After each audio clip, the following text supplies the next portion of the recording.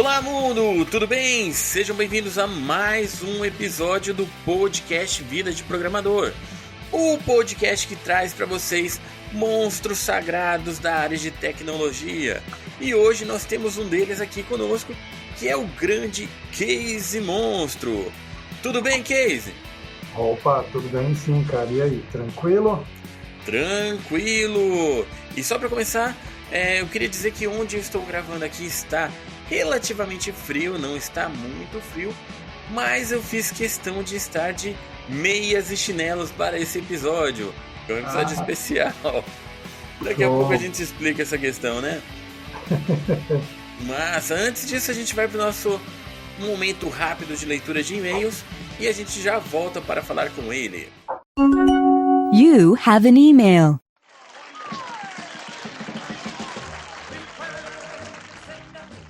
Você pode mandar o seu e-mail através do podcast @vidadeprogramador.com.br ou você pode mandar ainda pelas redes sociais. Se você quiser mandar a sua mensagem via WhatsApp, você pode mandar no 44 99 10 42.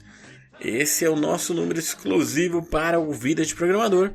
Ou você pode mandar também pelo Telegram. Você pode encontrar lá com o @programadorreal. Ou entrar no nosso grupo do Telegram, que é o t.me, que é o link do Telegram, /vdprogramador. V mudo, D mudo, programador. Tudo junto. Legal, você pode participar, receber as notícias, receber as novidades do Vida de Programador e também participar do grupo de conversa que a gente tem lá associado ao canal. Legal?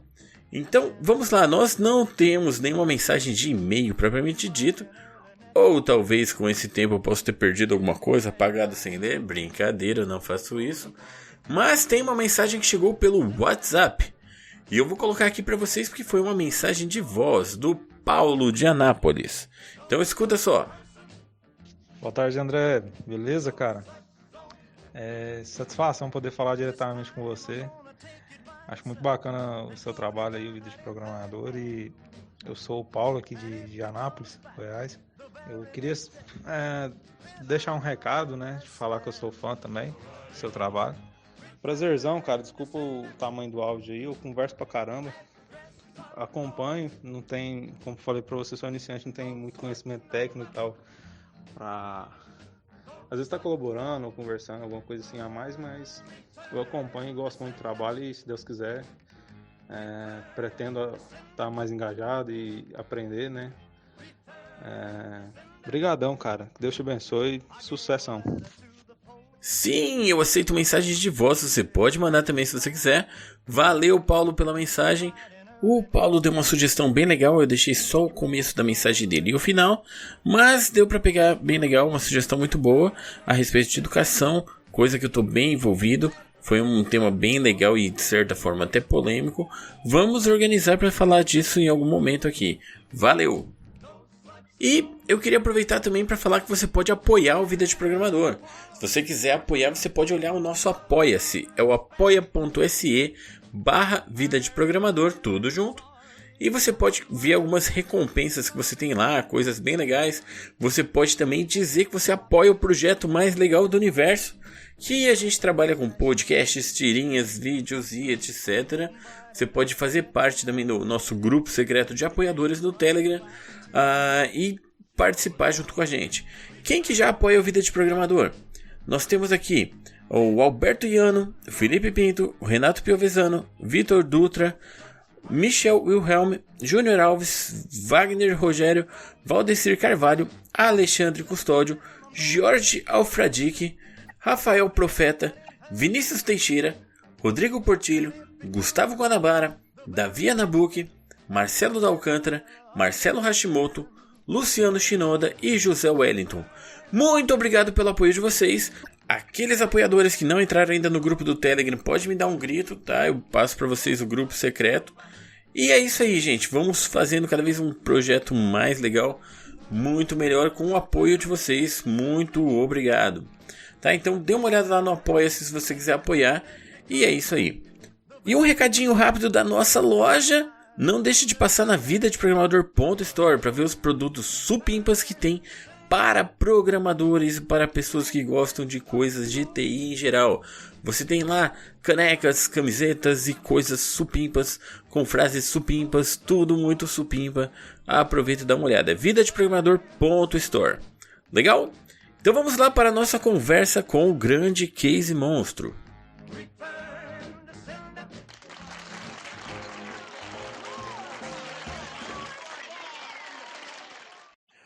Bom, sem mais delongas, vamos falar com ele, o Case Monstro, mas antes, como a gente lê os nossos e-mails aqui, eu queria deixar bem aberto. Case, você quer ler os seus e-mails também?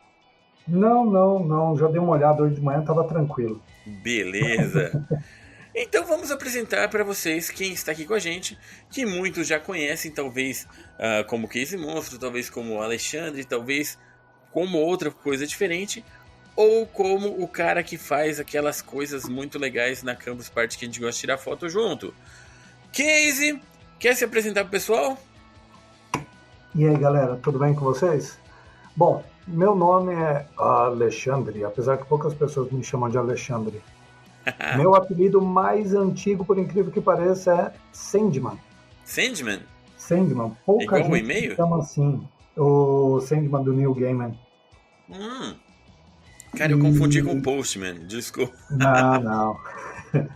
E nos últimos 14 anos aí, praticamente, o pessoal me conhece como Case Monstro, por conta dos trabalhos que eu faço, né? Os animatrônicos, os case molds, todos customizados assim de forma extrema, vamos chamar assim. Muito extrema.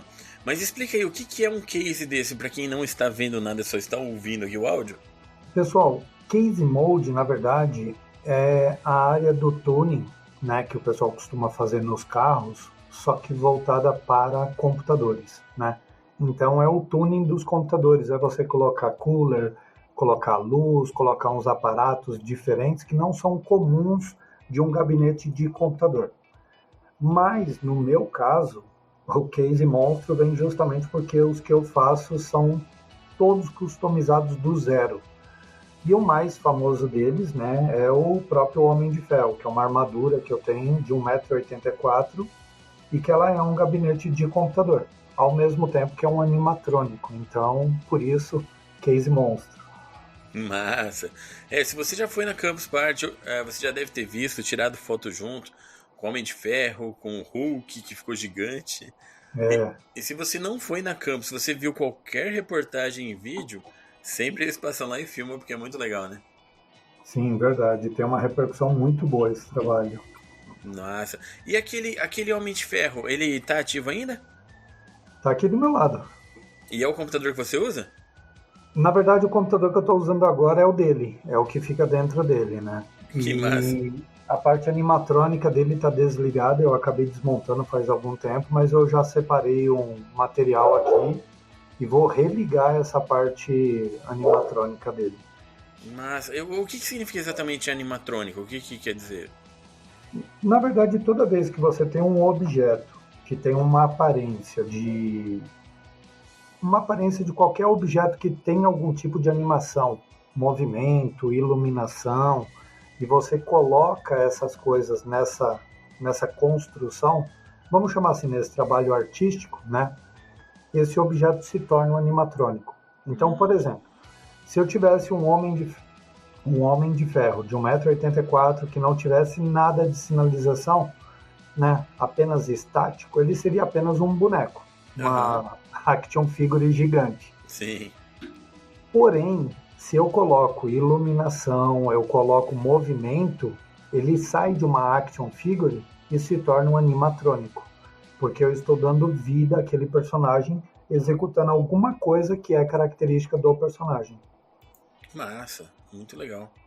E deixa eu te perguntar, você já mexia com essa parte mais assim, tipo escultura, coisa assim, antes, ou foi com os cases mesmo? Começou? Na verdade, começou com os cases, porque eu já mexia com a eletrônica, sempre tive uma habilidade manual para construir algumas coisas, né? Inclusive agora nós estamos conversando e eu estou construindo coisas aqui. Quem olhasse, pudesse ver uma imagem e achar que eu estou fazendo uma maquete de diorama de um objeto, por exemplo. E o que acontece? Eu nunca fui artista plástico, né? Só que conforme eu comecei a levar meus trabalhos para campo e contar como que eu fiz cada trabalho, os próprios repórteres dentro da campo começaram a me chamar de artista plástico, artista plástico, artista plástico. Aham. Aí depois de alguns anos eu falei, tá bom, vai, eu aceito, eu sou artista plástico. Se tornou. Mas foi autodidata, foi um processo de evolução autodidata.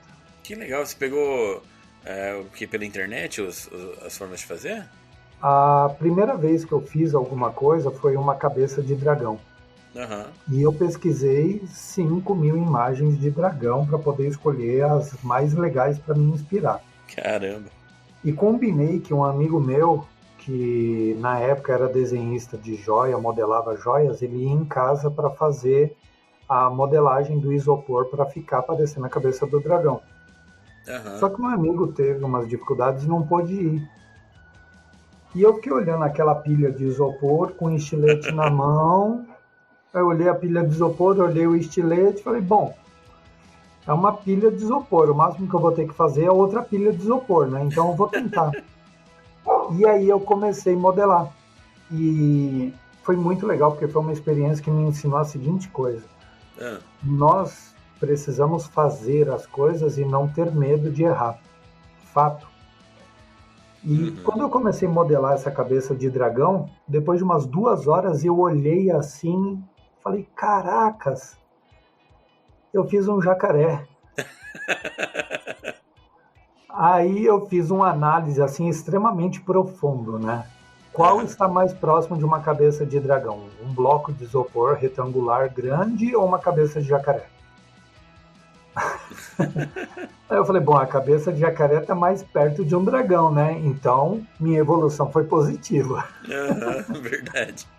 E aí eu continuei e fiz a cabeça de dragão. Isso era o ano de 2000, para você ter ideia. E aí eu fiz uma cabeça de dragão, depois eu fiz uma forma negativa dela, que ela era modelada toda no isopor, né?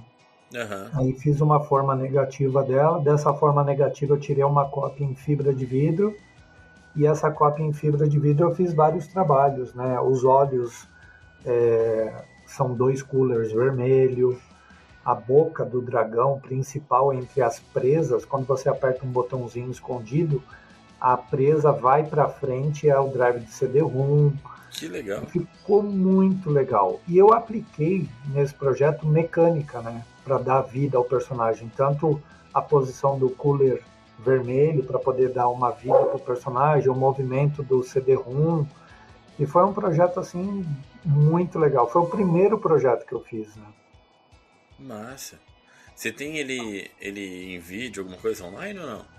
Ele tá pendurado na parede aqui, na minha casa. Ah, que massa. Tenho ele até hoje. Na verdade, eu tenho quase todos que eu já fiz até hoje. Alguns só que eu acabei perdendo no processo de mudança, quando eu vim de São Paulo para o Paraná. Infelizmente, alguns projetos acabaram se perdendo na mudança. Estragou, quebrou e não compensava arrumar. Entendi. Nunca aconteceu nada assim de ninguém, tipo, na campus ou em eventos, sem alguém roubar ou tentar roubar alguma coisa dessas ou não? Rapaz, já aconteceu 2 coisas assim que me deixaram, que eu acho que pega bastante nesse ponto que você se referiu, né? Tem uma peça na mão do Homem de Ferro esquerda que infelizmente foi roubada numa edição da Campus. Caramba. Acho que alguém falou, não, vou levar esse souvenir para falar que eu tenho um pedaço do Homem de Ferro. E pegou e levou embora. Ou alguém pegou sem perceber o que era, não sei. Não dá para explicar o que aconteceu, né? Mas uma parte da mão do Homem de Ferro esquerda sumiu numa edição da Campus. E o próprio dragão também, esse primeiro dragão que eu fiz em 2000, quando foi em 2008, na primeira edição da Campus Party, alguém achou pertinente ligar um isqueiro perto do olho do dragão e furou o olho do dragão. Porque era uma tela de nylon que eu usava, e aí a pessoa simplesmente furou o nylon. Mas a mesma pessoa, no dia seguinte, me trouxe uma tela de metal para que eu fizesse a substituição. Aí eu acabei substituindo depois. Então não foi um vandalismo, então, pelo menos. Eu achei legal porque a pessoa assumiu, olha, eu Aham. fiz, eu não sabia, desculpa, tal, errei, mas eu vou trazer um negócio para consertar. Então foi uma atitude, assim, eu achei a atitude dele digna de pelo menos assumir o que Sim, tinha acontecido e ajudar a reparar o erro, né? sim, foi ótimo. Sim. Bacana. E como que tá esse tempo, cara, que você não pode sair, não tem os eventos pra ir, levar os cases? Como que tá essa parte? Então, eu vou ser bem honesto, uma coisa que eu tenho conversado com algumas pessoas e a Campus Party e outros eventos como a Latino Air, por exemplo, são eventos que, você sabe disso, a gente tem uma troca de energia muito grande com as pessoas que estão participando, não só Aham. palestrantes, mas as pessoas que participam do evento, né? E a melhor parte para mim desses eventos é o meu bate-papo com as pessoas, é trocar informação, é fazer a oficina de robótica que eu faço já há mais de 14, pelo menos mais de 14 anos, né? Aham. E essas oficinas de robótica para mim são extremamente revigorantes. E, André, vou confessar, cara, o que eu mais sinto falta é esse bate-papo, essa conversa, Sim. esse sentimento de estar compartilhando informação com as pessoas, aprendendo também. Isso é o que eu mais sinto falta nesse tempo de quarentena, viu? É. É até porque a gente tem alguns eventos online, algumas participações assim, mas é quase uma coisa que a gente entra, faz e sai, né? Não tem É, o momento do bate-papo, não tem essa troca, né? não tem essa energia, né? Que eu acho que é isso que constrói todos esses eventos, entendeu? Eu acho que é esse bate-papo, essa interação. Que nem você falou, você entra, faz uma atividade online, sai, sei lá, é muito pouco perto de tudo que a gente pode fazer quando a gente está presencial em um evento. Então eu sinto falta disso. É, isso é verdade. É porque a gente consegue manter bastante conteúdo online, acho que é bastante coisa legal, mas assim, tipo, eu tô num momento assim, hiper corrido e atribulado, então seleciona bastante. Eu consigo assistir uma coisa, consigo participar em outra, o resto do tempo você tá cuidando da casa, né? Ou É, do trabalho. Mas nos eventos não, você seleciona a palestra, vou assistir aquelas, mas no resto do tempo você tá no network, né? sim. E o importante é que isso flui numa velocidade. E quando a gente fala do evento presencial, por exemplo, eu tenho 1 milhão de situações que eu poderia citar que aconteceram coisas que não era palco, eu não estava dando uma palestra, mas era Aham, eu ali no corredor conversando com alguém e a conversa flui de uma forma assim super gostosa, dá um resultado gigante aquele momento. E é isso sim, que faz falta, né? E eu tenho certeza que você também deve ter vários momentos assim também, né? aham. É, na campus mesmo, em outros eventos tem, tipo, às vezes vai na hora do almoço, aí você tá almoçando com um cara que você nunca imaginou que tá junto com ele, né? Ah, teve uma Latinoware que a gente foi almoçar junto com o Rasmus, que o cara criou o PHP. Você fala, meu, como que eu vou estar junto com o cara que criou o Massa. PHP? Foi num churrasco, uma vez no evento pequeno. Você tava no evento dos tropeiros livres lá do Silvio? Não, não tava, nesse não foi. Ele fez. Foi um evento pequeno, a gente fez um churrasco depois junto com o Stallman, cara. Aí você Meu, fala, muito legal. pô, que oportunidade, né? Que realmente Sim, esse fora, assim, ajuda bastante a conhecer pessoas, trocar conversa meio à toa, né? sim. Mas eu acho que é isso que faz desses eventos fantásticos, porque é o rádio peão, é o corredor ali que dá um resultado assim que a gente fica super feliz com aquilo. E eu Aham, sinto falta disso, dessas comunicações assim não oficiais, não. Quando eu me refiro a não oficiais é porque assim, quando você está num palco, fazer uma palestra, tudo, é uma coisa. Mas você está no corredor, encontrar uma galera e começar a conversar e nossa, é muito diferente, é muito rico, né, o retorno que sim. isso dá pra gente. Uhum. É, inclusive, ali na campus mesmo, o maior parte do tempo a gente tá nas mesas, né? Aí, a área lá dos cases, não é só você, tem um monte de gente mexendo em Sim, tecnologia parecida.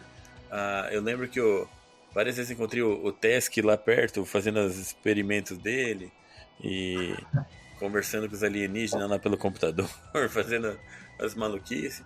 Então você vai juntando, né, as coisas que estão fora do palco, né? Isso é muito legal. Isso é legal. E é o que constrói as comunidades, né? As comunidades de Case Mode, comunidades de robótica. Eu comecei com o Case Mode na Campus Party, desde a primeira edição, né, que eu participo. E depois de umas 4 edições, eu meio que desisti dos Case Modes, né? Das competições de Case Modes. Aham. E foquei mesmo em compartilhar conhecimento. E olha, vou te falar, foi um momento que eu diria para você assim que minha vida mudou a partir do momento que eu me preocupei mais em compartilhar informação do que com o conceito de competição ou algo do gênero, né? Ah, legal. Muito bom. Até porque eu te conheci mesmo como artista plástico, né? Eu imaginei, quando eu te conheci, que você só mexia com a parte visual e montava os computadores. Eu falei, esse cara aí deve ser um desses que gosta de jogar e tem um computador legal, né? Mas aí depois eu fiquei bastante impressionado quando eu conheci as outras coisas que você faz, né? A parte de inovação, a parte o que você faz na sua cidade. Quer contar um pouco das coisas que você faz? Na verdade, desde quando eu trabalho com educação minha vida inteira, né? Tipo, tecnologia e educação. Eu, por exemplo, desde os 93, mais ou menos, eu já atuava com tecnologia na educação, né? Isso 93, 94. Então, eu tava nascendo. Obrigado. Acabou de me chamar de velho. Não, é brincadeira, eu sou um pouco mais velho que isso. Mas assim, eu sempre atuei trabalhando com tecnologia e atuando com a tecnologia na educação, de alguma forma, né? E depois que eu comecei a fazer Case Mode, que eu comecei a aprimorar essa parte artística, e aí eu caí direto mesmo na parte de compartilhamento de informação. De ensinar as pessoas o pouco que eu sabia e as misturas que eu sabia fazer. Dessa mistura me levou a ensinar robótica e robótica com a cultura maker, de aproveitar materiais simples. Todos os meus trabalhos, desde o primeiro até hoje, são todos feitos com materiais simples, materiais acessíveis para todo mundo. Então, sempre trabalho na ideia de inspirar as pessoas a produzir coisas parecidas, né? E desse trabalho todo, depois de muitos anos fazendo palestras, mais de 2.000 workshops, oficinas de robótica, a própria Campus Party começou um trabalho específico sobre robótica. E esse projeto se chama Include. E o primeiro projeto Include, ele nasceu... Agora me falhou o nome. Canudos, né? Na Vila de Canudos, onde aconteceu aquela história, infelizmente, trágica nossa, do Brasil, né? Há muito tempo atrás, da chacina em Canudos, que houve. E lá foi o primeiro lugar que tinha um laboratório Include, que ensinava robótica para a comunidade, e com um laboratório dentro da comunidade. Nessa época, eu não fazia parte do Include, mas eu já fazia parte do grupo da Campus, eu já era embaixador da Campus Party, que foi um título que eu conquistei por conta de procurar fazer a diferença dentro da Campus, né? E eu compartilhava muitas informações com a pessoa que era o coordenador das aulas desse laboratório de Canudos. A gente conversava bastante, eu compartilhava bastante as informações que eu tinha, de toda essa experiência, bagagem que eu tinha. E depois de mais ou menos uns 6 meses que abriu esse laboratório, eu fui convidado a ser o coordenador pedagógico do projeto Include da Campus Party. Que massa! Então, hoje, por exemplo, já são mais de 2 anos que eu faço isso, que eu capacito os professores que atuam nos projetos, né, nos laboratórios do projeto Include em todo o Brasil. E eu sempre brinco, né, André? Eu falo assim para o pessoal que eu tenho, desde o início, quando eu comecei a fazer meu trabalho, eu me sentia uma formiguinha, né, tentando mudar o mundo para melhor, compartilhando conhecimento. E eu falo muito para as pessoas que, por mais que o nosso trabalho né? Ainda mais quando a gente fala de cultura, educação, tentar mudar uma sociedade, que isso é quase utópico. Mas no início, meu trabalho era de formiguinha. Eu fazia sozinho. Eu tenho uma história, uma vez, que eu fui para um parque e eu postava nas redes sociais, olha, eu estou indo para o parque, vou levar os materiais, quem quiser aprender robótica é só colar lá comigo. Sim. E eu já saí desse parque embaixo de chuva, carregando material, e as pessoas do parque dando risada, assim, aquele babaca lá, cheio dos robozinhos, tudo molhando na chuva, né? Pelo menos era isso que parecia que aquelas pessoas estavam dizendo. E por mais que acontecesse isso de verdade, as pessoas dessem risada de mim, eu nunca desisti. E eu saí daquela cidade que eu morava, mudei para uma outra cidade, voltei para o Paraná, que eu sou paranaense mesmo, de origem. Voltei para o Paraná, vim trabalhar robótica educacional nas escolas aqui, numa época que pouco se trabalhava robótica nas escolas, e a gente começou aqui, não digo primeiro, mas uma das primeiras cidades do Brasil a realmente fazer isso através da própria educação mesmo, né? A própria Campus Party, o projeto Include. E hoje eu posso dizer para você assim que as minhas ações, elas atingiram mais de 15 mil crianças. Que legal, cara. Mais de 15 mil crianças. E assim, é um número muito grande. Se a gente parar para pensar que 1% disso realmente se sente incluída na robótica e quer ir atrás da robótica para fazer alguma coisa na vida, caramba, isso é um número, assim, muito forte pra gente, sabe? Sim, é um número que já pode mudar o mundo, cara. E a minha vontade de mudar o mundo é essa, ela tá ali, ela não diminuiu. Vou continuar com essa vontade por muito tempo. Tenho casos de pessoas que já se sentiram, tiveram mudanças, né, por conta das minhas aulas, das minhas ações. E eu acho que isso que é importante. A gente não tem que pensar que o que nós fazemos é trabalho de formiguinha, não vai mudar o mundo. Pessoal, quando a gente quer mudar, se a gente mudar a vida de um aluno por ano, a gente já conseguiu um grande feito. Porque esse um aluno vai saber. Nós estamos numa era tão forte que, de repente, esse um aluno que eu mudei a vida dele agora vai saber. Ele pode ser astronauta daqui 25 anos, daqui 20 anos. Sim. A gente não sabe, não tem limite, né? Se você sonha. A gente está numa época que, às vezes, dando aula, falando um pouquinho da história da computação, a gente fala, os grandes da computação, tem muitos que estão aí vivos, né? Tipo, a gente conversa com eles no Twitter, né? Às vezes um desses pode ser uma criança dessa que está saindo agora, né? Exato. E que nem você falou, a própria história da robótica, da tecnologia, se a gente pegar a história da tecnologia, eu praticamente vivi a história da evolução da informática no Brasil. Eu peguei quando os primeiros computadores eram adquiridos pelas empresas, tinha um computador por diretor de empresa, tinha... só ele tinha computador. Você ia numa escola, só a diretora da escola tinha computador. Eu vivi isso, eu dava manutenção em informática nessa época. E você olha a informática hoje, um celular na mão de qualquer um equivale a um computador. É bem isso, o poder, né, que tem.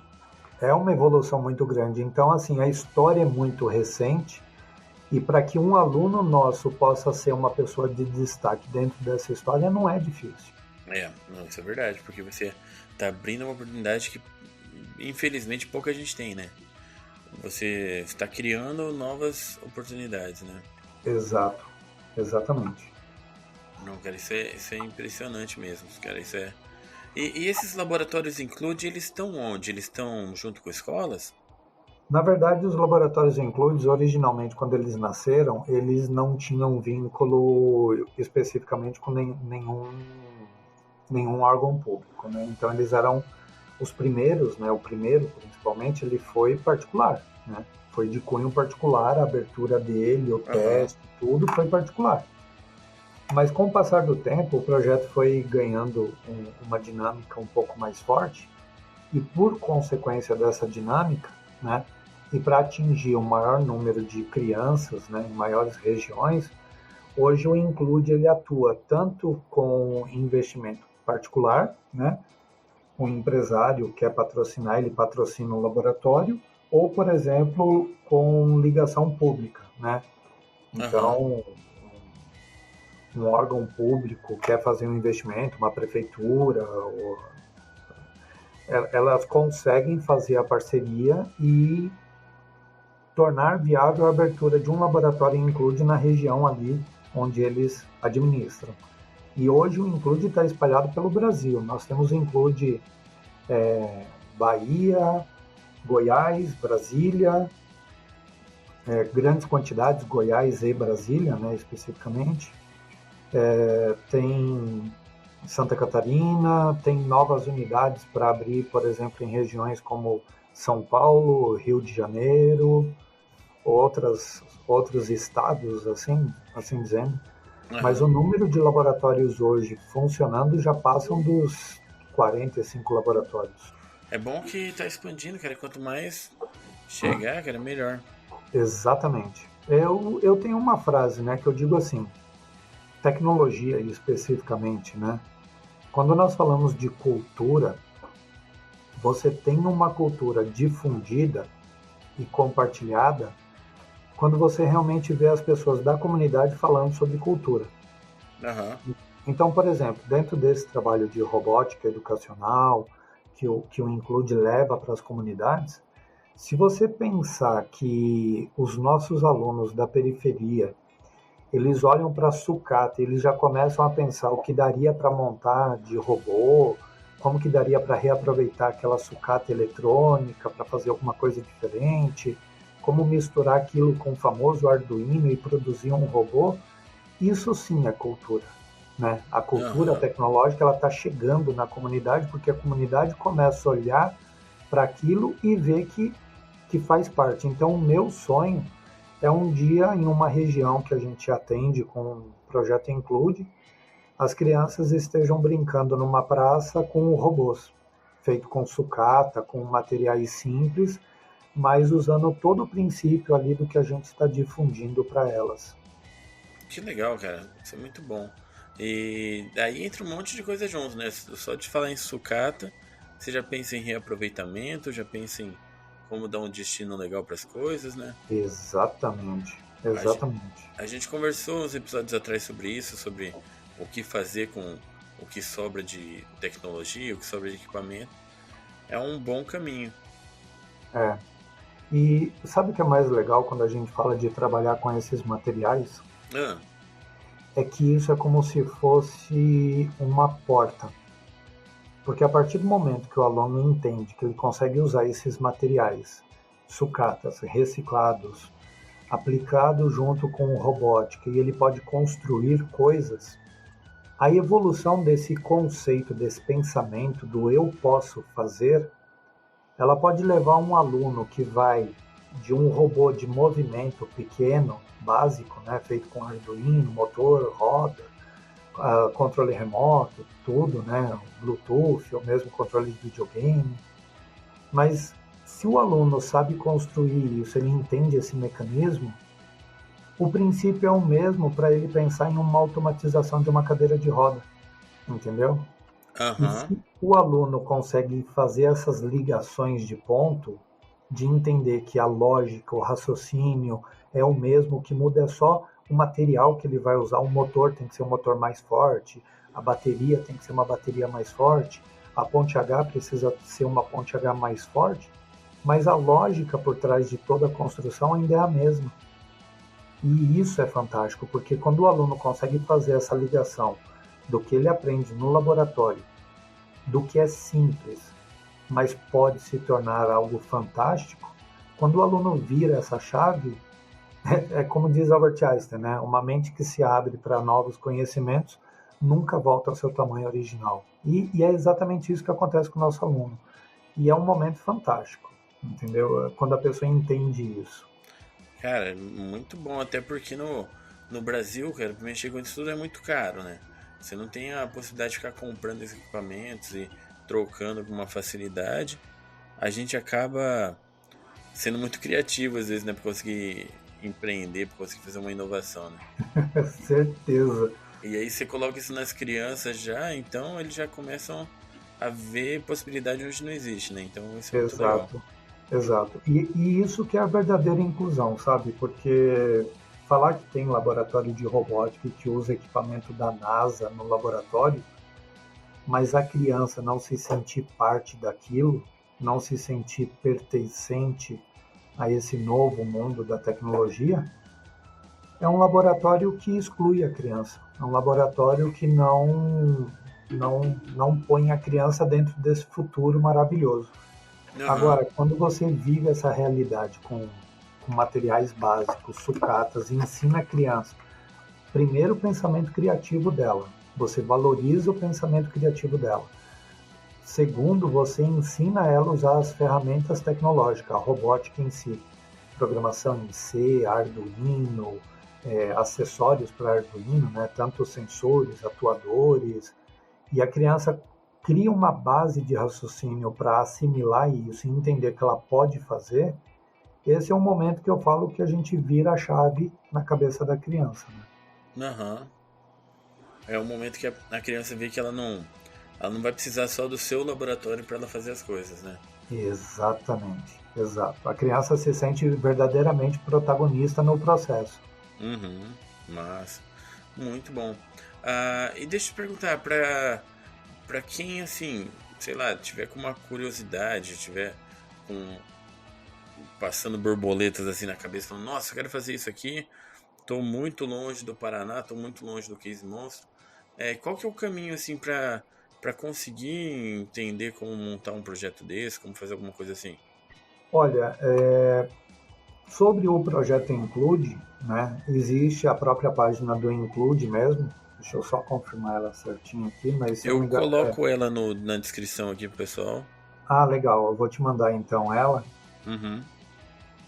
Que tem a página do Instituto Campus Party, né, .org, que tem informações sobre isso, que fala sobre como levar o Include para uma região, como fazer, né, os passos para que o Include possa acontecer em uma região.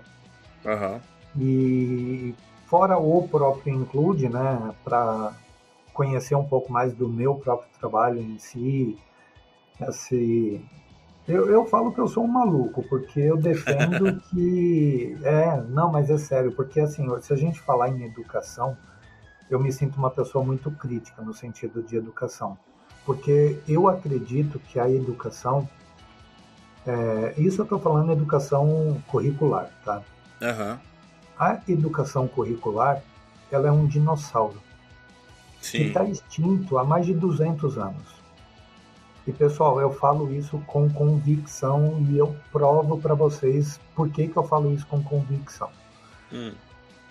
Uma criança, há 30 anos atrás, que tinha 14 anos, quais eram os acessos que essa criança tinha a qualquer coisa que influenciasse a vida dela?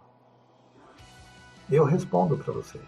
O nosso acesso era gibi, era livro, era ir numa biblioteca, rádio e televisão. Não tinha mais nada. Sim. Mais nada. Jornal impresso, né? O pessoal lia muito jornal impresso naquela época. E o que acontece? Eu estou falando de 30 anos atrás. Hoje, 30 anos depois, uma criança de 14 anos que tem um celular na mão, uma conexão de internet, pessoal, essa criança tem uma ferramenta na mão para construir o futuro dela. Ela pode ser autodidata, ela pode estudar N coisas diferentes, ela está sob uma influência milhões de vezes maiores do que a influência que eu vivia. Uhum. E aí, hoje, qual é uma das coisas que a gente mais ouve falar sobre ambiente escolar? Porque a criança é hiperativa, Toda criança hoje é hiperativa. Galera, as crianças hoje em dia são muito mais inteligentes, têm um acesso, uma bagagem que eles levam de casa para dentro da escola muito maior do que 30 anos atrás. E não é uma grade curricular normal de 30 anos atrás que vai prender a atenção de um aluno desse. Isso é verdade. Um aluno desse, ele é elétrico, ele está no 220 todo o tempo. Mas porque ele tem muita informação, né? Uhum. Sem contar o que eu vejo aqui com minhas crianças, que às vezes acaba tendo muita energia justamente passar muito tempo no eletrônico, né? Exato. Aí você pode juntar as coisas, né? E eu defendo muito isso. Por isso que eu falo que sou muito crítico no sentido da educação. A educação tem que se transformar, tem que mudar, assim, faz muito tempo que ela tem que se transformar, tá? Não é de agora, já faz tempo isso, mas agora está mais evidente isso. E assim, eu defendo, acredito que é até legal você dar a sua opinião também, que a cultura maker, hoje a gente chama de cultura maker, eu já falo que isso é até nome Nutella, né? Porque antigamente a gente chamava de MacGyver, professor Pardal, eram as pessoas assim descoladas e as mais esquisitas que tinham, porque, esse cara faz um monte de coisa, esse cara é maluco, né? Era normal, na mesma frase que chamava alguém de professor Pardal, chamar a pessoa de maluco. Eu vivi isso, né? Eu já ouvi muito isso quando eu era mais novo. Esse cara é um professor Pardal, ele é malucão, não sei o quê. Hoje não. Hoje as pessoas que viviam isso, que faziam isso, hoje ganham o título de maker, né? Os construtores, as pessoas que fazem, it yourself, faça por você mesmo. Só que isso não é uma novidade, isso já faz tempo. Só que hoje eu digo que a cultura maker, ela vai ser a futura educação. A educação vai seguir uma cultura maker por conta dos próprios avanços. Legal. Mas eu defendo isso, eu falo que a cultura maker é o que vai transformar a educação de verdade. Se a educação não seguir os passos da cultura maker para uma grande mudança, a educação vai continuar um dinossauro. E como que a gente faz para trazer isso para mudar, digamos assim, o currículo? Porque eu vi uma frase que eu não sei de quem que fala que a gente segue um currículo do século XIX com professores do século XX ensinando alunos do século XXI. Né? Como que a gente consegue passar o nosso currículo e juntar com a cultura maker? Rapaz, a sua pergunta ela é maravilhosa.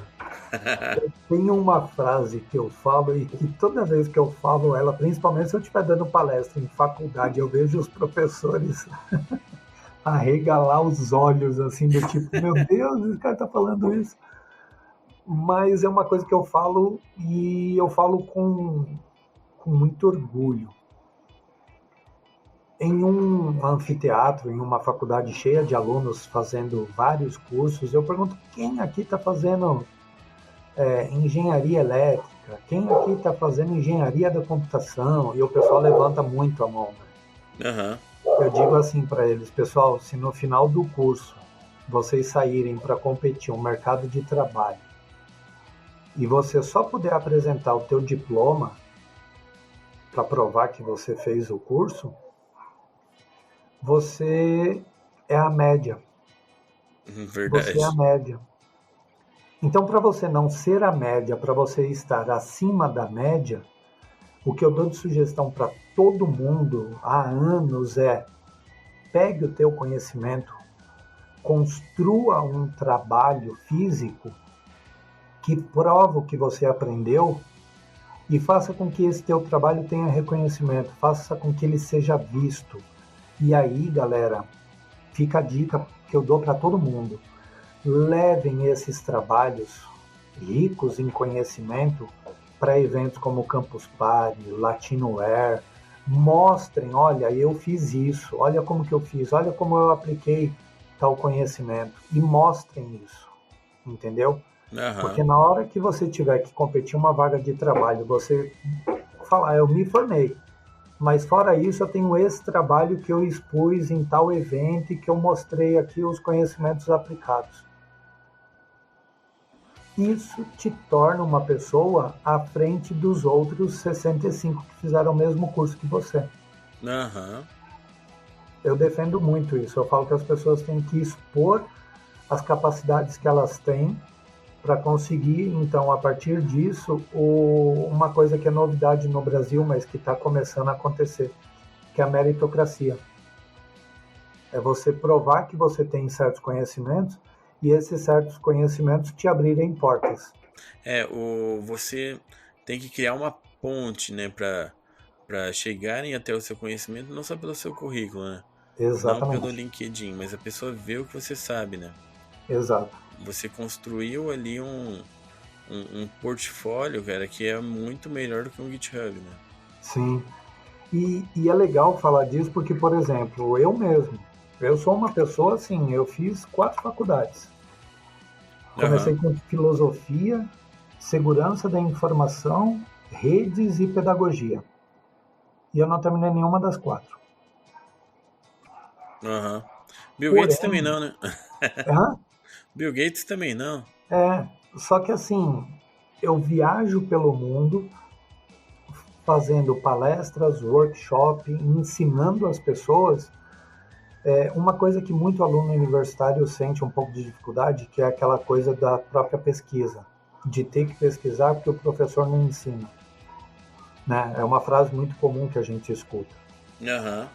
Eu ensino para o meu filho hoje tem 14 anos, eu ensino para ele não esperar do professor conhecimento desde os 10 anos. Eu ensino ele a procurar mais conhecimento do que a própria escola oferece, né? do que o próprio ambiente acadêmico que ele está oferece. Essa regra é a mesma para nós a vida inteira, pessoal. A gente tem que buscar mais conhecimento do que só o acadêmico oferece. Mas é interessante a gente fazer o acadêmico e concluir o acadêmico. Eu não concluí o meu acadêmico até hoje por N situações diferentes, N trabalhos diferentes, N coisas diferentes. Por exemplo, eu fazia pedagogia e ao mesmo tempo eu dava aula na faculdade. E eu dava aula para o pessoal que fazia sistema, engenharia elétrica, e eu dava aula para eles que a minha aula era multidisciplinar. Eu misturava tudo que eles sabiam, que eles estavam aprendendo, e dentro da cultura maker a gente colocava aquilo em prática. Era fantástico a aula que eu dava, eu curtia demais isso. Só que ao mesmo tempo eu ainda estava fazendo pedagogia. Então, assim, eu tinha capacidade para estar ali dando as aulas e ao mesmo tempo eu estava ainda fazendo um curso de pedagogia para poder ter um certificado. Um dia eu ainda termino Um dia eu termino por satisfação pessoal. Mas hoje eu digo que eu sou um exemplo que o meu trabalho, a minha capacidade abriu 1 milhão de portas para mim. Sim. Você tem ali uma demonstração, né, do conhecimento do que você consegue fazer, né? Sim, exato. Que acho que junta até com o que você falou, né? A pessoa que está na faculdade e tem só o diploma, ela precisa mostrar algo mais, né? E no seu caso você já fez essa parte antes, né? Eu fiz o inverso, né? Mas é normal, geralmente na cultura maker a gente acaba fazendo assim as coisas mais rápido do que academicamente a gente faria, né? Então, mas é legal isso, porque eu acho que isso dá experiência pra gente, dá bagagem, justamente para a gente poder ir numa faculdade, conversar com os acadêmicos e dizer para eles, olha pessoal, façam acontecer, construam, mostrem o conhecimento de vocês, levem isso para frente, não só no diploma, mas de outra forma, porque é isso que vai fazer a diferença na vida deles, é isso que vai abrir mais porta para eles do que simplesmente o diploma. Não, bacana. E só para puxar uma outra coisa aqui, você falou um pouco da Latinoware, e eu sei que você está bem envolvido com o software livre. Onde que entra o software livre nisso tudo? Rapaz, eu confesso para você que assim, um ponto de vista que eu acho que todo mundo que usa o software livre tem, né? Sistema operacional fechado, para mim, é plataforma de game. É plataforma de game, de jogar, de brincar. Programar, trabalhar, eu sou muito mais fazer isso no ambiente Linux. Muito, muito mais. Fazer uma interação de inteligência artificial com robótica. É muito mais tranquilo, é muito mais dinâmico a gente fazer isso no ambiente Linux do que do que em outros ambientes, né? E dentro da robótica educacional, aí a gente leva o conceito do software livre para o conceito do hardware livre. E o que a gente chama de hardware livre nesse momento? A própria placa que eu tanto falei dela aqui, que é o Arduino, que é uma placa de microcontrolador para uso em robótica e que ela custa, assim, o custo dela é extremamente baixo, né? Então, é a verdadeira placa de robótica de inserção numa comunidade carente. Eu, por exemplo, já tive alunos que no período da Páscoa eles comeram R$55 de chocolate. Mesmo numa comunidade carente, né? Por que eu digo isso? Porque com esse mesmo valor que ela comeu de chocolate, né? O meu aluno comeu de chocolate, é um valor que você poderia comprar uma placa Arduino. E poderia, a partir da placa Arduino, aprender programação, fazer testes mínimos. Aí você pode misturar um pouco de sucata com isso, você já vai obter resultado e você já vai poder falar de robótica educacional a partir de sucata e uma placa que custou R$55. Então, o hardware livre é a nossa representação do software livre, né? A nossa forma de dizer, olha, é isso aqui que a gente usa para incluir as pessoas, mesmo de comunidades carentes. Então, a gente faz meio que uma leitura do software livre junto com o hardware livre. Por exemplo, olha que legal isso. Se você monta um laboratório de robótica e você põe no laboratório de robótica 10 computadores e você põe um sistema operacional licenciado, você vai ter um custo, no mínimo, de sistema operacional ali gerando em torno de no mínimo R$5.000 a, sei lá, 10, 12 mil reais, por exemplo. Sim. Só estou falando de licença de sistema operacional. Pessoal, com esse mesmo valor, se você colocar Linux nos laboratórios e reverter todo esse valor que você ia pagar em licença, você comprar material para o laboratório, caramba, você compra um monte de coisa. Entendeu? Não, realmente. Já deixa tudo equipado com os componentes, com tudo mais, né? Você consegue montar uma estrutura com muito materiais assim que você usou de um valor que você nem tem que se preocupar. Então, quando a gente fala de software livre, não existe só o software livre, pessoal. Não é só o software livre que vai ajudar a construir um monte de coisa. Nós temos também o hardware livre. O hardware livre entra uma série de equipamentos que são de baixo custo, são baratos. E aí eu sempre digo assim, existem os kits fechados de robótica. São N modelos diferentes, tá? Eu não vou citar um ou outro porque são vários modelos. Mas em resumo, o que acontece? O kit fechado, você paga mais caro pela identidade visual daquele quadrado, daquele cubo que você está usando na robótica, do que pelo material que tem lá dentro. Porque você consegue aqueles mesmos materiais que estão fechados ali a um custo assim que as pessoas costumam ter uma dificuldade muito grande de entender que uma peça que custa R$100, R$150, você resume num componente eletrônico vendido na categoria que a gente chama de hardware livre a R$14, R$25. E essa diferença para montar um laboratório é gigantesca, né? Não, realmente. E sem contar na cultura de colaboração, né? Que você troca experiências, troca tutoriais e como você monta alguma coisa, um dispositivo. Exato. Aí a gente pode pegar o exemplo dos nossos amigos do Franzininho, por exemplo. Eles têm uma versão de um Arduino que é compacto, a baixo custo, e eles têm uma comunidade fortíssima que compartilha conhecimento, que troca informação, que está aberta a diálogo. Fizeram N mudanças nas placas por sugestão das pessoas que falam, pô, coloca isso na placa que fica legal. E aí eles foram se readequando. Isso é diferente. Bacana, muito bom. Beleza, deixa eu só então puxar aqui um quadro do nosso podcast. Que a gente está indo em direção ao final, mas a gente não está no final ainda. Mas acho que é uma hora boa para a gente fazer o nosso quadro, que é o Throwing Errors. O que é o quadro Throwing Errors? Nesse quadro eu vou deixar o nosso convidado falar bem de alguma coisa durante 1 minuto. E por 1 minuto ele vai elogiar algo, recomendar algo, super tranquilo. Tudo bem para você, Casey? Ou seja, eu tenho que elogiar alguma coisa em 1 minuto e recomendar algo em 1 minuto? Não, é 1 minuto para você falar sobre alguma coisa, recomendar, elogiar, o que você quiser. Só que qual que é a parte divertida? É que na edição vão ser colocados alguns bips de censura. Sabe aquele bip? Meio que aleatoriamente, pra ficar um pouco mais divertida a sua fala. E aí, você topa? Tranquilo. Beleza. Deixa eu só pensar dentro dessas variedades de opções, eu vou falar de algo Pode escolher qualquer tema. Tá. Eu vou falar de algo que eu... Vixe, mãe do céu, cara. Você falou que é pra elogiar, né? É pra falar bem, é. Tá. Nossa, que droga, eu pensei ao contrário.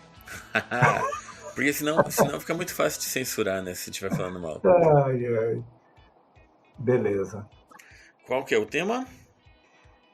Educação. Educação. Polêmica. Só que eu vou falar de educação dentro de casa. Ui, agora deu medo, hein? Então vamos lá, você está pronto?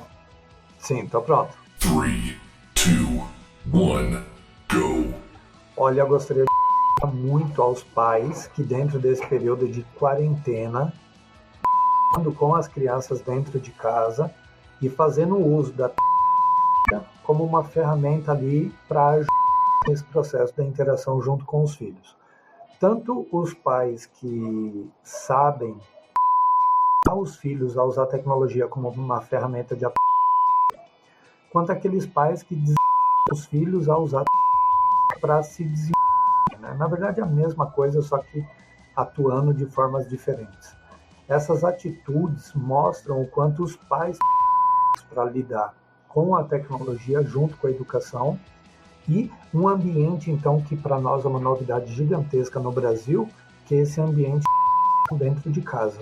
Porque os filhos estão online, estão praticando tudo online, e os pais que realmente estão com os filhos ali, que participam... E acabou o seu tempo. Muito bem, então, quando esse episódio for ao ar, a gente vai saber como que ficou o resultado final. Legal. Beleza. Eu pensei nisso, mas também tem o lado oposto, né, que é triste. Que é os pais que usam a tecnologia como creche, né? Dá o tablet na mão da criança e fala, toma aí, filho, no final do dia eu te procuro. Exatamente. Eu lembro que eu fiquei meio horrorizado quando a primeira vez que eu vi, isso faz alguns anos, banco de carro, que cada banco tinha o seu monitorzinho para deixar a criança assistindo. Eu já vi. Aí eu vi uma coisa pior do que isso. Eu vi para vender um suporte de celular para carrinho de bebê para você poder andar no mercado com a criança quieta. Nossa. Assustador isso. Assustador. Eu costumo dizer que esse tipo de pai tinha... esses tipos de pais, né? O ideal mesmo seria não ter filho, né? Ai. Bom, ninguém aqui está criticando a tecnologia, porque em alguns momentos é importante. Sim, claro. Eu comparo com a gente assim, que cresceu na década de 80 e 90, a gente tinha TV, né? Que aí tinha aquele momento que acabavam jogando a gente pra TV que não tinha o que fazer, né? E a famosa frase, né? Você não pode ficar muito tempo na TV, senão vai estragar. Isso, vai estragar seu olho, né? Vai estragar seu olho, vai derreter seu cérebro. Isso, mas o que eu acho engraçado, assim, que naquela época era mais fácil de controlar. Por quê? Porque tinha, assim, agora sai da TV que é meu horário da novela. Ou agora tem que fazer tal coisa, a gente vai precisar da TV. Então era uma TV, não era uma coisa pra cada um, né? Então tinha que ficar trocando, né? O tempo de videogame, o tempo de coisa assim. Era mais fácil, mas tudo bem. E hoje a gente vive uma condição onde, mesmo numa comunidade carente, a pessoa tem uma TV, tem o celular, tem internet. Às vezes a celular é smart, conecta com a internet. Então, hoje a nossa realidade é muito diferente. A gente tem que ser educado novamente, né? Tipo, Sim, aprender como usar e como controlar essas coisas, né? concordo. Mas beleza, mas a gente vai educando as pessoas a virarem makers também, a usar a tecnologia pro bem, e vai dar tudo Exatamente. certo. Mas no final é isso que a gente pensa nos eventos, é isso que a gente procura fazer, né? Aham. Mostrar como a tecnologia pode ser usada para o bem para mudar as coisas, né? Para fazer coisas Sim, legais. sim. Inclusive a minha esposa ela é psicóloga, e como a gente tem 4 pequenos aqui em casa, então a gente já passou por muita coisa assim. E aí tem a época que eles grudam mais eletrônico, a época que eu grudo menos. E minha esposa ela sempre fica meio atenta assim a algumas estratégias, né? Então às vezes você tem até algumas coisas na própria tecnologia que ajuda a tirar eles, ou ajuda a tranquilizar, levar para uma outra atividade. Sim, Então é exato. interessante. Mas esse é o uso consciente da tecnologia, esse é o uso que todo mundo tinha que ter. Eu acho que se tivesse que sair um curso hoje para ajudar as famílias, era assim, como usar a tecnologia dentro de casa. Porque os Sim. pais não Uhum. sabem, né? A maioria. É, é coisa assim. Tem uma coisa simples que outro dia eu tava conversando, que pra gente é muito óbvio também. Não vejo muito ensinando hoje pras crianças, mas você lembra quando surgiram os micro-ondas, como tinha uma insistência de não colocar metal dentro do micro-ondas? Sim, lembro. Hoje não se fala muito nisso. É, Aí verdade. o meu filho mesmo uma vez foi esquentar a carne, pegou o pote de metal que tava a carne e botou lá dentro. Aí eu falei, Caraca. meu, não faz isso. E isso que eu já tinha conversado mais com ele, mas não se ligou que era metal. Mas porque a gente não tem a mesma visão de antigamente, né? Que a gente insistia, eu vi que era perigoso, então Sim, parece que tranquilizou, né? é verdade. Esse sentimento de ter tranquilizado é algo que eu estava pensando esses dias, né? Por que a gente chegou nesse ponto onde tem essa falsa tranquilidade e pouco se fala sobre algumas coisas, né? Aham. A questão até de privacidade e segurança tem muito disso, né? A gente se sente muito seguro, muito tranquilo e não percebe o que a gente tá fazendo online, né? É, isso é um detalhe bem sério, né? Aí, Tem uma- beleza, vamos montar um curso desses, ó. Então fiquem atentos, pais, tá? A gente tá montando um curso. Como ser pai no século XXI. Olha, boa, hein? Aí já tem nome, já. Caramba, E o bom que é que tem top. um grande público-alvo, hein? Meu, e olha, eu vou ser bem honesto, viu? Você pode ter certeza, vai ter resposta de pessoas que vão perguntar, meu, façam sim, Quando que façam sai o sim porque vai curso? me ajudar bastante. Aí, beleza, a gente cobra bem caro. Bacana. Não, beleza. Bom, vamos encaminhando para o final. Já deixo aquele recado que se você gostou muito, pode mandar e-mail, pedir para o Case voltar numa outra vez aqui. Case, eu queria te agradecer bastante, mas eu queria te dar um tempo para dar o seu recado. Pode falar onde o pessoal te encontra, qualquer coisa que você quiser falar, fique à vontade. Show. Eu agradeço muito o convite, grande amigo Barão do Café. Essa é uma longa história. Te agradeço muito pelo convite. Pessoal, o tema que a gente falou é um tema bem sério, né? A gente falou muito sobre educação, sobre mudança social, mas por mais que pareça um tema muito sério, na prática, na atuação ali, a gente faz isso ser tão divertido. A criança aprender, se sentir capaz assim, e sair com um sorriso do laboratório, sabe? Ou da experiência ali dentro do evento da Campus de robótica, assim, que é mágico, tá? Não é tanta seriedade que nem a gente abordou aqui. O André, Aham, sabe, já viu eu fazendo as oficinas de chinelo e meia, né, básico, sim. que ele falou que tá de chinelo e meia hoje, é justamente porque eu uso chinelo e meia e eu subo no palco para dar palestra de chinelo e meia. Sim, é clássico da Campus, o case de chinelo e meia. Que é uma característica minha, pessoal, que eu gosto e eu me sinto muito à vontade na campus e eu ando de chinelo e meia na campus, que nem eu tô de chinelo e meia agora. Eu me sinto em casa na campus. E ao mesmo tempo, quando você sobe num palco dessa forma, você percebe as pessoas que julgam pela aparência, que olham as aparências antes de pensar o conteúdo que a gente está oferecendo. E depois que vê o conteúdo, muda tudo, né? Aham. Muda toda a forma que as pessoas agem, tudo. Então, assim, o que eu vou deixar de mensagem para vocês é assim, pessoal, nós fazemos as diferenças, mesmo com as nossas simplicidades, com o nosso jeito simples de ser, a gente consegue passar informação e mudar as coisas. Então, pensem nisso. Nós podemos fazer isso a começar dentro de casa. O uso da tecnologia direcionado, junto com as nossas crianças. E assim, nós vivemos uma época de mudança, podem ter certeza disso. E preparar bem os nossos pequenos aí para um futuro mais promissor faz parte aí da nossa bagagem, do nosso dever, pessoal. E a Cultura Maker está aí para isso. Quem precisa de ajuda, olhem para a Cultura Maker para ver isso. Podem ter certeza. E, para me achar, meu e-mail, alexandre@casemonstro.com.br. Mídias sociais, eu confesso que eu uso pouquíssimo, pessoal, pouquíssimo. Mas se pesquisarem Case Monstro no Facebook, vocês vão chegar até mim. Alexandre Ferreira, né? Alexandre de Souza lá no Facebook, mas procurar por Case Monstro, vocês chegam até mim também, ok? Mas eu recomendo e-mail. Muito bom. Muito legal, brigadão. Foi muito legal mesmo. Sei que tem muita coisa que dá pra gente falar, mas vamos deixar esse gostinho aí pro pessoal chamar de novo, pra gente poder montar esse contato por outros lugares, deixar o pessoal querendo o curso. Sim, verdade. Mas minha recomendação, gente, se vocês tiverem a oportunidade de ir numa campus presencial, se um dia passar a pandemia, procurem o Case é muito gente boa, é muito aberto para conversar, tá? Valeu. E cola lá. E na Campus eu tô lá para trocar informação, pessoal, para ensinar, para conversar, para bater papo com as pessoas, entendeu? Meu objetivo é sempre esse, é a interação com as pessoas. Isso que constrói o evento um grande evento. Valeu, Case. Um abração.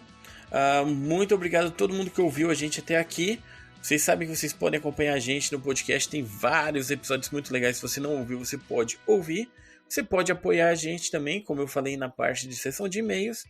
E é isso, gente. Espero vocês no próximo episódio. Até mais. Tchau. Valeu.